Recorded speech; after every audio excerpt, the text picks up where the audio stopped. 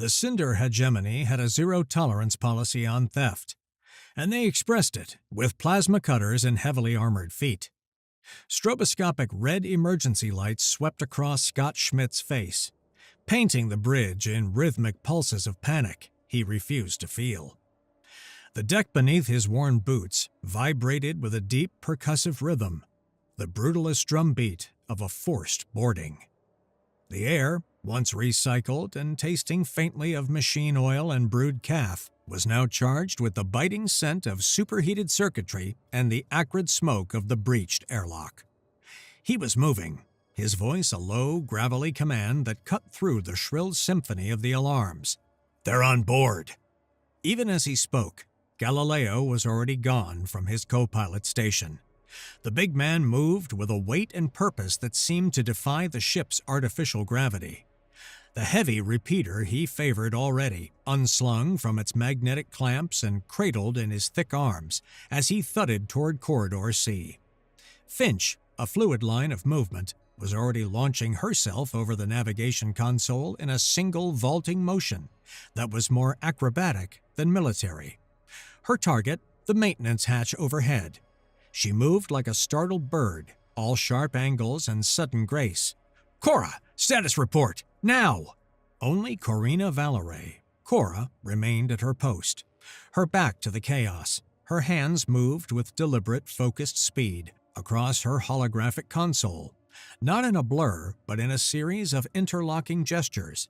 Her right hand keyed in a diagnostic command sequence, pulling up the signature of the vessel latched onto their hull like a parasite, while her left isolated the cutter's transponder signal, peeling back layers of encryption that were more suggestion than security.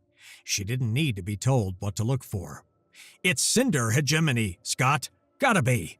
Her voice was a cascade of dry sarcasm, a familiar defense against the adrenaline flooding her system. "One of their Claw-class patrol cutters docked hard and blew the airlock. They're not asking for permission to come aboard." She traced a finger across the glowing schematic of their ship, highlighting the angry red icons swarming in from the docking tube. 50-plus life signs, all big ones. They're really rolling out the welcome wagon for us."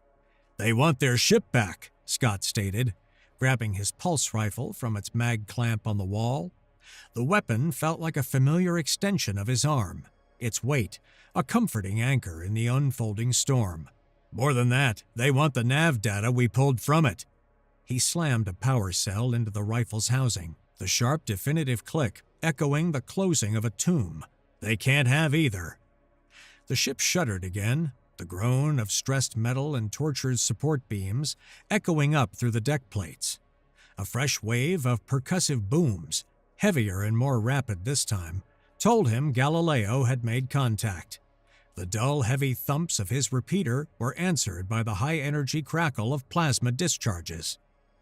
The firefight was a losing proposition, and Scott knew it. He didn't need Cora's readouts to understand the grim arithmetic of their situation. Corridor C was a kill box, a straight shot of gray decking and exposed conduits barely wide enough for two people to walk abreast. The hegemony enforcers were brutes in exoskeletons of black, bioforged plate that mimicked the layered texture of volcanic rock, their bodies bred and conditioned for war.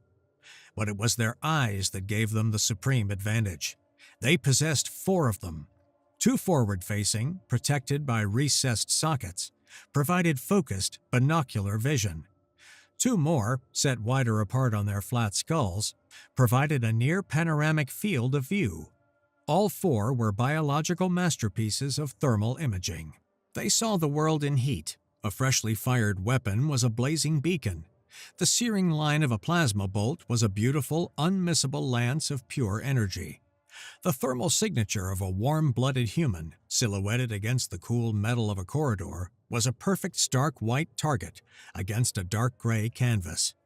They didn't aim at shapes, they aimed at life itself. Galileo was a bulwark of defiance. He'd braced his heavy repeater against a support strut, the weapon stock tucked tight against his shoulder, and was laying down furious waves of suppressive fire. Each explosive shell that spat from the barrel lit the corridor in a flash of kinetic violence, But more importantly, it superheated the barrel of his weapon, turning him into a flare in the hegemony's vision. They didn't need to aim for him. They could aim for the glowing source of heat he held. "They're walking right through it, Scott!" Finch's voice, tinny and strained, crackled over their private comms from the vents above. Her perspective was unique, a top-down view of the battle rendered in the ghostly greens and blacks of her own thermal imager. "Their shields are dispersing the heat from the impacts. I can see the energy bloom and ripple across their armor, but it's not penetrating.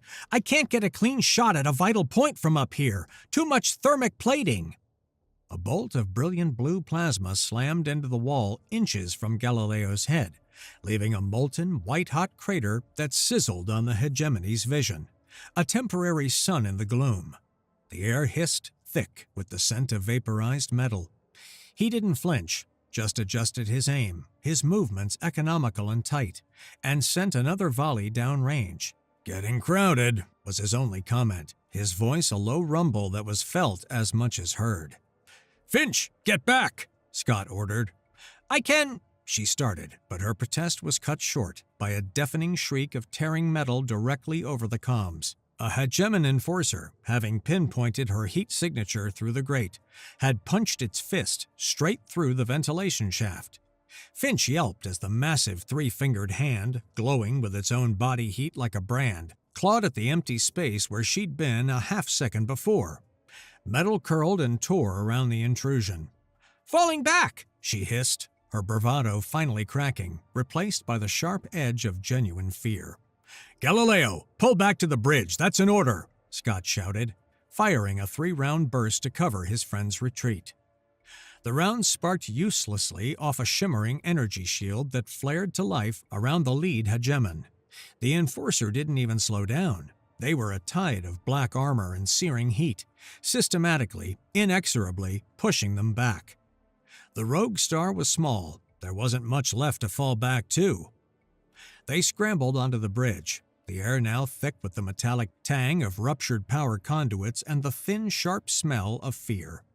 Scott slammed his hand on the control panel beside the doorway. A heavy blast door, scarred and pitted from a dozen other desperate moments, groaned shut, sealing them in. For now. A series of thunderous thuds hammered against it almost immediately, each one shaking the entire deck. They were trapped. "Well," Cora said, not looking up from her console, her focus absolute. "This has escalated. I'm detecting shaped charges being placed on the door. I give us 90 seconds before we're redecorating in hegemon guts and blasted bulkheads." Scott ignored her gallows humor, his eyes scanning the schematics flickering on the main view screen.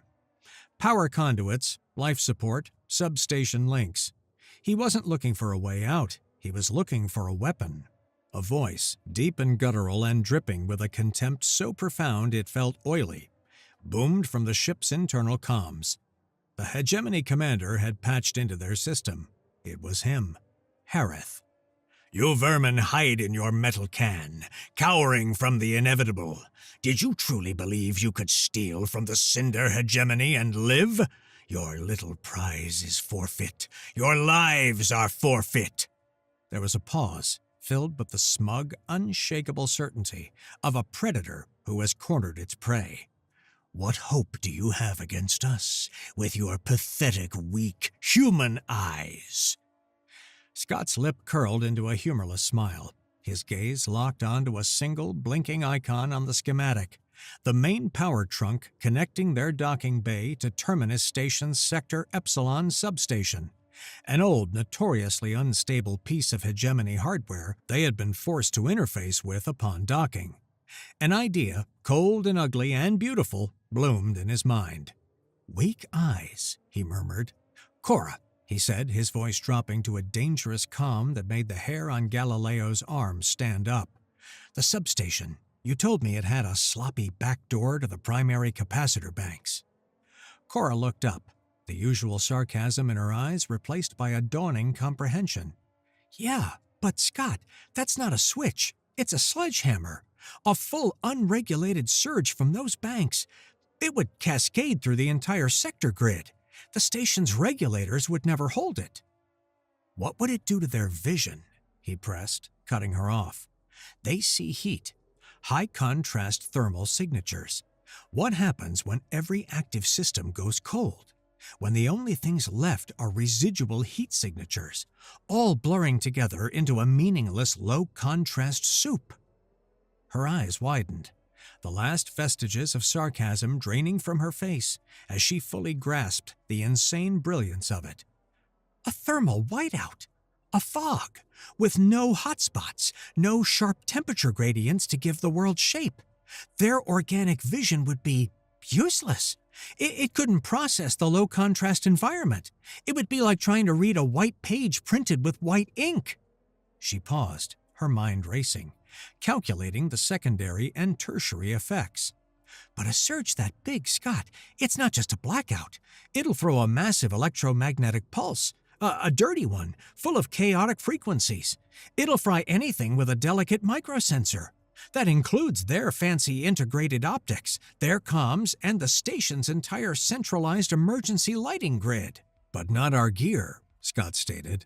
A savage, almost feral grin spread across Cora's face. "Our gear? Half of it is pre-collapse military surplus. It's built like a brick shithouse. The thermal imagers are practically analog, shielded to hell and back. Robust, reliable, and too damn dumb to be fried by a simple EMP." She let out a short, sharp laugh. "Oh, this is ugly. This is really, really ugly. I love it." "They're blind without the fire," Scott said, his voice flat and hard. He turned to Galileo, whose massive hand was resting on the hilt of the combat knife sheathed on his vest. "Gid, remember the Academy sims? The ones they ran on xenoanatomy?" Galileo's dark eyes met his. A flicker of understanding passed between them. "Respiratory vents," he grunted. "Under the curve of the lower jaw, soft tissue." "And the primary arm joint," Scott added, "where the limb meets the torso. Thinner plating. A knife goes in clean." "No mistakes," Galileo confirmed, giving a single sharp nod. The movement was small but carried the weight of a blood oath. The first of the shaped charges on the door detonated with a deafening crack, sending a spiderweb of glowing fractures across the blast door's surface. The metal groaned in protest. The next one would bring it down. Scott looked at Cora. His face was set like a stone, his eyes chips of ice. It was the look he got right before he did something terrible and necessary, a look that promised violence not of passion, but of cold, hard logic. "They think we're running for cover," Scott said, his voice a low whisper in the sudden ringing quiet between explosions. "They think we're trapped prey. They're wrong." He locked his gaze on Cora, who was staring back at him, a wild, terrified, exhilarating light in her eyes. "Harith was right about one thing," Scott said, the words sharp and clear in the tomb-like stillness. "They called human eyes weak, until we cut the power and hunted them in total darkness." He gave a sharp nod. Cora didn't need another command. A grim, fierce smile spread across her face. She slammed both hands down on her console, a gesture of pure, gleeful defiance.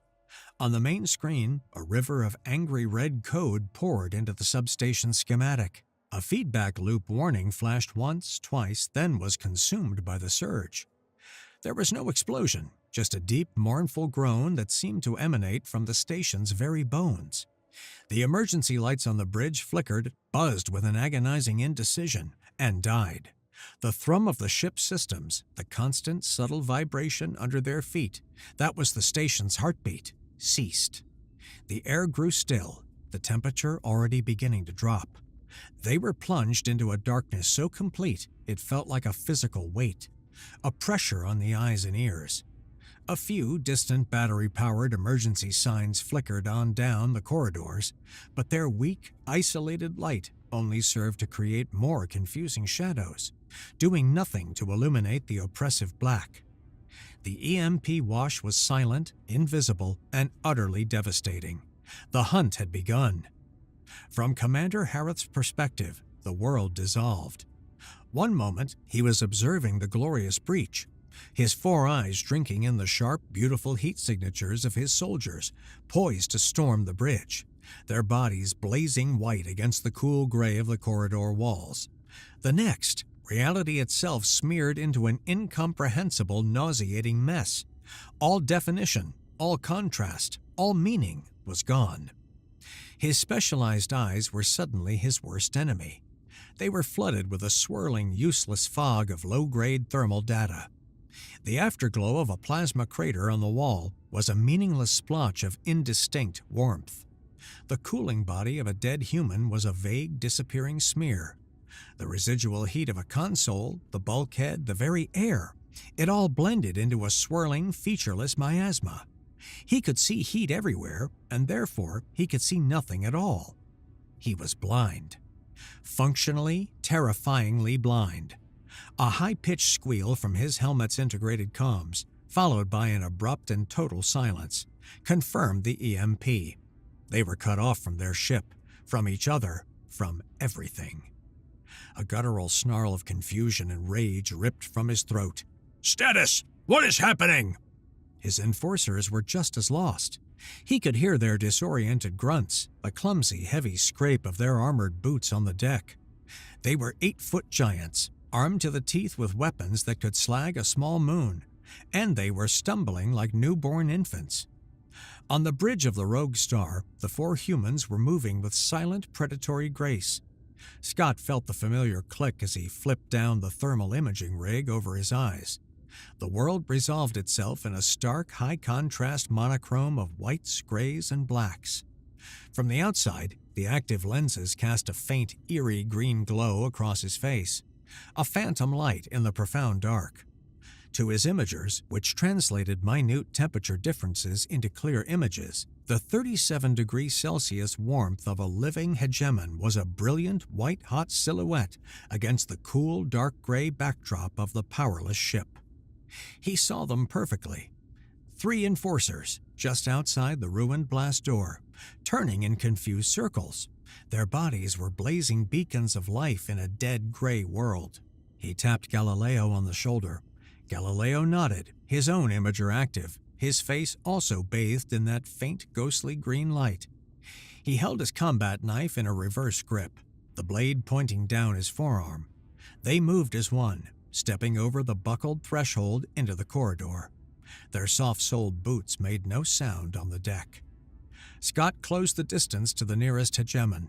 The giant was muttering in its harsh, clicking tongue, one massive, gauntleted hand outstretched, feeling for a wall that was 2 feet to its left. Scott raised his suppressed pulse rifle, the weapon's targeting laser invisible to all but his own optics, and placed the glowing dot on the soft respiratory vent under the massive jaw. A single, muffled thump. The hegemon's head snapped back. A choked, wet gasp was the only sound it made.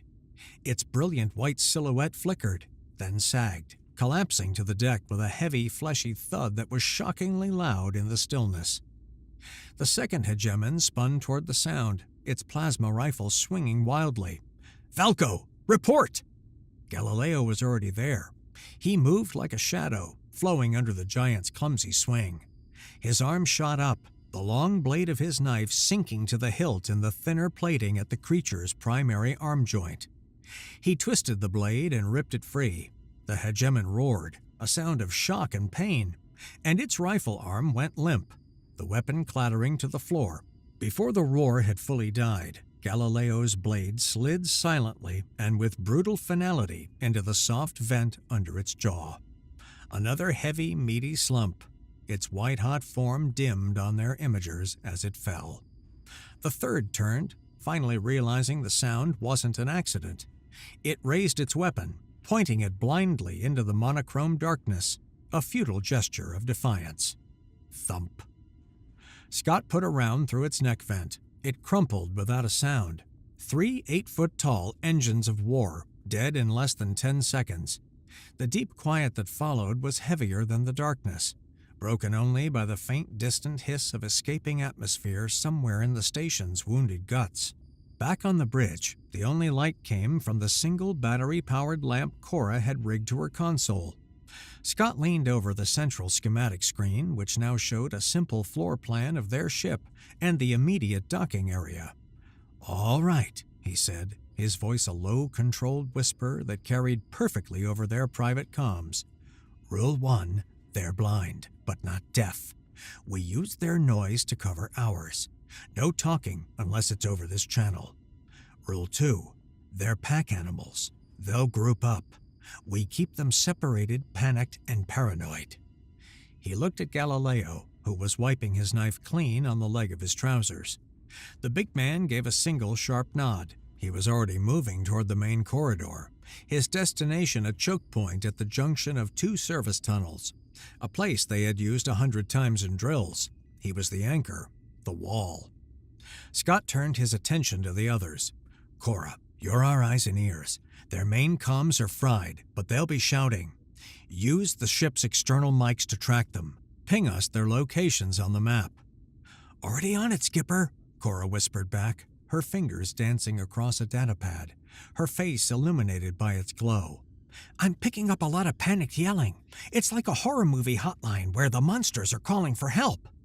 Finch, Scott said, looking toward the ceiling hatch where she had reappeared.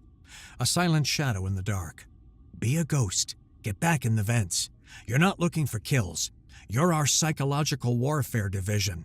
Make them jumpy. Make them see things that aren't there. Make them paranoid. A grin flashed in the darkness from above. Make them piss their giant space pants, Finch's voice chirped in their ears. Got it. Going full poltergeist. The hatch cover slid silently back into place, and she was gone, a phantom returning to her domain. Finch moved through the guts of the terminus station like a whisper.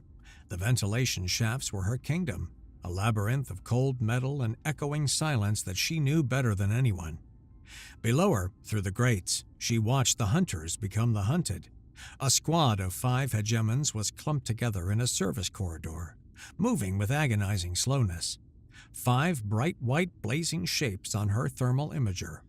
They were trying to use touch to navigate, one hand on the wall, the other holding their useless rifles. She pulled a small, heavy metal slug from her belt pouch. With a flick of her wrist, she tossed it down a perpendicular hallway a good 50 meters from the hegemon squad. The clatter, clank, skitter of the slug was an earthquake in the profound stillness. Contact!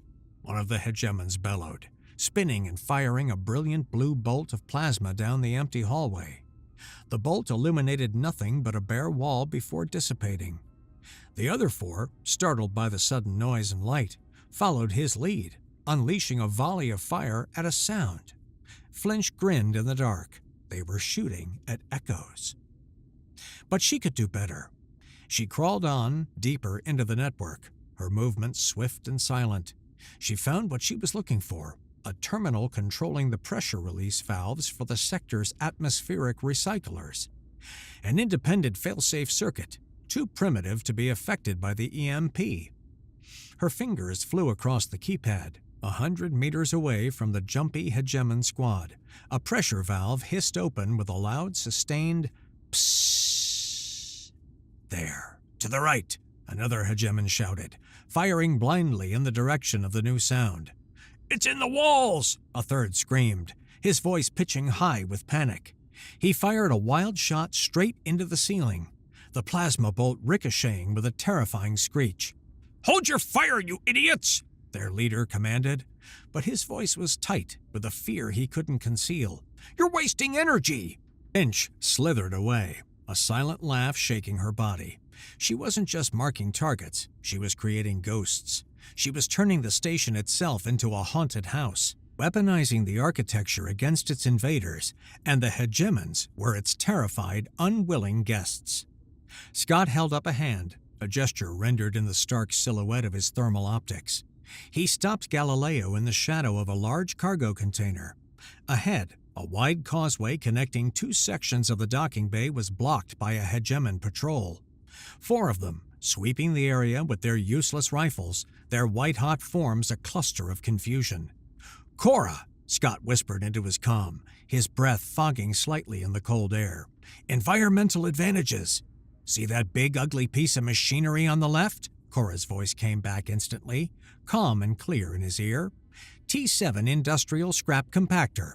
Its hydraulics run on a single-use high-capacity capacitor bank. Independent circuit. One big squeeze and it's done for the day. Should be shielded. Scott spotted it, a monstrous assembly of gears and pistons with two massive serrated plates of steel forming a deadly maw. "Finch, you see them?" "Like 4 burning candles in a cave," she replied from her unseen perch. "What's the plan?" "Get them in the middle of it," Scott ordered. "Make a sound. Draw them in." A few seconds later, a sharp bang echoed from the far side of the compactor, a sound Finch made by slamming a heavy vent cover against its frame. As predicted, the 4 hegemons cautiously advanced into the compactor's kill zone to investigate, their movements clumsy and uncertain. They bunched up, seeking safety in numbers, directly between the 2 press plates. "Galileo," Scott said. Galileo didn't need to be told. He was already holding a heavy magnetic breaching charge, its surface cold in his hand. Cora's voice came over the comm, sharp and intense. "Override is hot. You've got a 2-second window once I drop the safeties. Now!" Galileo's arm whipped forward. The charge sailed through the air in a perfect silent arc, striking the compactor's energy activation plate with a loud clang that echoed through the cavernous space. The 4 hegemons spun toward the new sound, their weapons raising, but it was too late. A horrifying shriek of tortured metal filled the air as the scrap compactor roared to life. 2 massive plates of steel slammed together with inconceivable force. The hegemon patrol was caught directly in their path. There was just a monstrous wet crunch, a sound of immense pressure meeting yielding flesh and bone, followed by the gruesome, thick drip of cooling liquid onto the deck. The press shuddered, then retracted with another groan, leaving the causeway horribly, perfectly clear. "Subtle," French deadpanned over the comm. "Effective," Galileo grunted. "Let's move," Scott ordered, already pushing forward. "The main event is about to start." Commander Harith stood amidst the growing chaos, his 4 eyes uselessly scanning the swirling thermal fog. Rage, hot and pure, burned through his fear, cauterizing it. These humans. This wasn't a tactical maneuver. This was cowardice. They were hiding in the dark like vermin. His arrogance proved a false, fatal clarity. What would a terrified creature do? It would run for safety. It would run for the light. He was certain. The humans' only logical goal was to get to the Sector Epsilon power control hub and restore the main grid. They weren't hunting his men. They were running a desperate, panicked race to the light switch. "All remaining units," he bellowed, his voice echoing in the dead corridor, a command born of flawed logic. "Converge on the Sector Epsilon power hub. We will set a trap and crush them when they show themselves." He wouldn't be the hunted. He would be the trapper, waiting for his frightened prey to stumble into his claws. Cora intercepted the shouted commands through a hardwired external microphone. "He's falling back to the power hub," she relayed to Scott. "He thinks you're running there." She paused, her voice hardening. "And he just gave a final order. If he doesn't report success in 15 minutes, his second in command on the cutter is to purge the chamber, trigger the emergency coolant flush." "Scorched earth," Scott growled. "He'd rather freeze his own men than admit he was outsmarted?" "Let's make sure he's the first one in it," Finch's voice cut in, sharp as broken glass. As they moved through a final narrow access corridor leading to the upper levels of the power hub, Galileo silently reached out and tapped Finch on the shoulder. He held out a pair of heavy-duty mag clips. She looked at them, then at Galileo, then at Scott, who glanced up at the unseen ceiling of the massive chamber ahead. She understood instantly and took them with a grateful nod. It was a silent conversation, a plan formed and acknowledged in a shared glance and a simple gesture. They entered the power control hub from a high gantry, arriving a crucial 10 minutes before Harith's main force.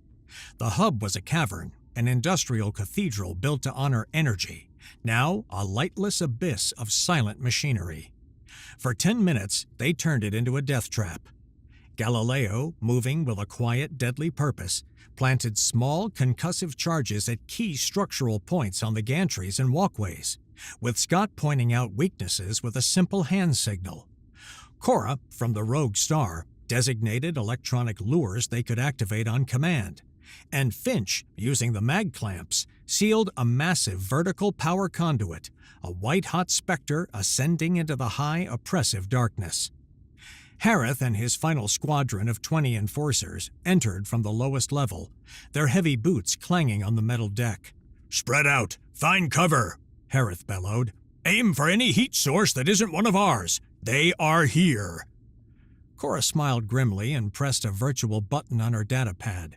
A sound lure activated, the distant click-whine of a human pulse rifle being charged, echoing from an empty corner of the chamber. "There!" Harith roared. "Fire!" His soldiers unleashed a storm of blue plasma into the empty corner, the fusillade deafening themselves to all other sounds and filling the chamber with the roar of their own weapons. While they were distracted, Galileo triggered his first charge. A concussive blast erupted on a gantry directly above them, showering them with non-lethal debris but creating a terrifying new sound from a new direction. They spun, firing wildly at the new noise.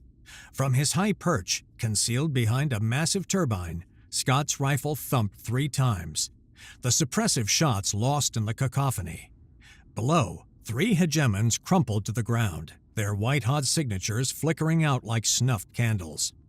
Before the others could react, Finch, clinging to her conduit high above, dropped a concussion charge into the center of their formation. The device detonated not with a flash, but with a skull-rattling crack of pure sound and overpressure. It wasn't designed to kill, it was designed to disorient. The deafened, stunned hegemons stumbled into total chaos, their formation broken, their senses overwhelmed. It was a turkey shoot. From above, Scott's rifle continued its methodical work, each thump a death sentence. On the ground, Galileo emerged from the shadows of a massive pillar, his combat knife a blur of brutal, close-quarters destruction. The hegemons were being dismantled, picked off one by ghosts they couldn't see and sounds they couldn't comprehend. In seconds that stretched into an eternity, it was over. The echoes of plasma fire faded, replaced by the heavy quiet of the grave. Only one heat signature remained: Harith. He stood alone amidst the bodies of his soldiers, their forms already cooling, fading into the gray background of his useless vision. "Show yourselves, cowards!" he screamed, his voice cracking with a rage that was indistinguishable from terror. He fired his rifle blindly into the oppressive darkness. The plasma bolt streaked across the vast chamber, and for a split second, the flash illuminated the silhouette of a human figure on a high gentry. Scott. Then darkness swallowed him again. Harith roared and fired again and again, a futile gesture against the ghosts in the machine. He lowered his weapon, panting, the hot barrel the only clear thing in his vision. He saw the heat signature of one of his fallen guards finally fade completely, its warmth bleeding into the cold deck, vanishing from his sight. It was the last thing he ever saw clearly. A sound made him freeze, a soft click directly in front of him. He looked down. In the featureless swirling blanket of his vision, a new heat source flared into existence. 2 small, defined circles of warmth, and behind them, a faint, eerie green glow, the lenses of a thermal imager, warmed by the face of a human wearing them. A single, suppressed thump. Commander Harith crumpled to the floor, his life's heat already beginning its slow journey into the cold, indifferent metal. "All right, Cora." Scott's voice was steady in the quiet aftermath, the calm after the perfect, violent storm. "Give us some light, just the essentials." A few amber maintenance lights flickered on one by one, casting long, eerie shadows across the cavern of the dead. The 4 humans gathered their gear, their movements economical and weary, and walked out of the tomb they had created. They emerged from the service corridor back into the main docking bay. The minimal power was enough to bring up the bay's dim yellow work lights, painting the scene in jaundiced, sickly hues. And they weren't alone. Dozens of other scavengers, mechanics, and traders had crept out of their holes, drawn first by the violent docking, then the terrifying silence, and now the tentative return of light. They were lining the walls of the docking bay, their faces a mixture of confusion, awe, and a deep primal fear. They had all seen the Cinder hegemony's finest cutter dock. They had all heard the initial firefight, a sound that usually meant death or enslavement for anybody who got in the way. And then they had all been plunged into the deepest, most absolute dark they had ever known. Now, out of that darkness, 4 figures walked. As they moved into the dim light, the onlookers could see the faint, ghostly green glow emanating from the optics covering their faces. They walked with a calm, quiet purpose, not looking at the gawking crowd, their path taking them back toward their vessel and toward the captured hegemony patrol ship docked beside it. As the 4 figures passed, the crowd of onlookers didn't cheer or question. They flattened themselves against the walls. They shrank back, their eyes wide. They had seen more than 40 of the hegemony's best soldiers, renowned throughout the outer arms for their brutality and prowess, go in. They saw 4 sets of green lights come out. In the neon and shadow hellscape of Terminus Station, a place built on reputation and brutal calculus, that was all anyone needed to know. The whispers had already begun, spreading from bay to bay, from cantina to workshop, a new legend being forged in real time. Fear the humans, fear the green-eyed ghosts, the weak-eyed race who'd owned the dark. The blast door of the Rogue Star hissed shut, sealing them inside a sanctuary of worn metal and familiar silence. The ghostly green glow of their optics vanished as they flipped them up, one by one. Finch dropped from the ceiling hatch, landing with a soft thud, a wide, feral grin splitting her face. The tremor of fear she'd felt in the vents was gone, blurred away and replaced by the pure, humming energy of the predator. "I think I made one of them scream," she said, her voice buzzing. "Heard it right through the grate, a high-pitched one." Galileo didn't say a word, just methodically wiped his long knife clean before sheathing it with a definitive click. The sound, a final percussive end to the violence. Across the bridge, Cora was laughing, a real, unrestrained laugh that held no trace of her usual sarcasm. She spun in her chair, pointing a triumphant finger at the tactical display.